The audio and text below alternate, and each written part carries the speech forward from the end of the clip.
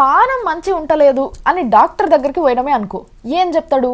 రోజు పొద్దుగాల లేచి జాగింగ్, అదే అడుగులు దూరం దూరం వేసుకుంటా చేతులు అటు ఇటు ఊపుకుంటూ ఇట్లా నడుస్తుంటారు చూడు, గట్లా చేయమని చెప్తారు కదా.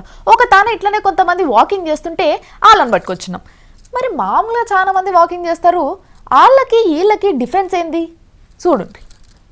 ఊర్లల్లా పొద్దుగాల ఒక యాపపుల నోట్లేసుకొని చేన్ల పొంటి నడుచుకుంటూ పోతారు కదా, అట్లనే హైదరాబాద్ లా బూట్లేసుకొని పార్కుల పొంటి పోతారు.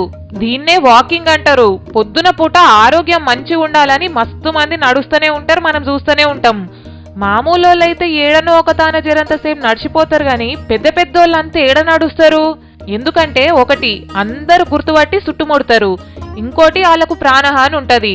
అందుకే హైదరాబాద్ లో ఉన్న పెద్ద పెద్దోళ్ళంతా వాకింగ్ చేసుకోనికి బంజారా హిల్స్ లా కాసు బ్రహ్మానందరెడ్డి అదే కేబీఆర్ పార్కులకు వస్తారు.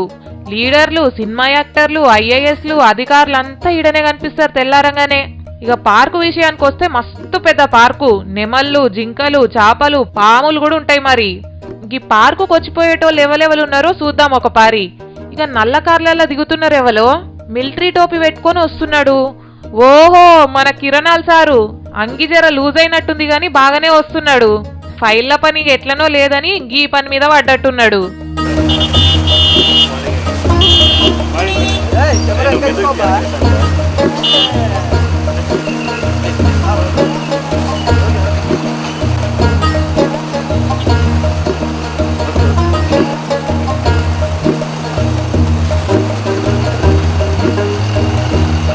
ఈయనెవలో కద్దరు బట్టలు వేసుకునే వాకింగ్కి వచ్చిండు.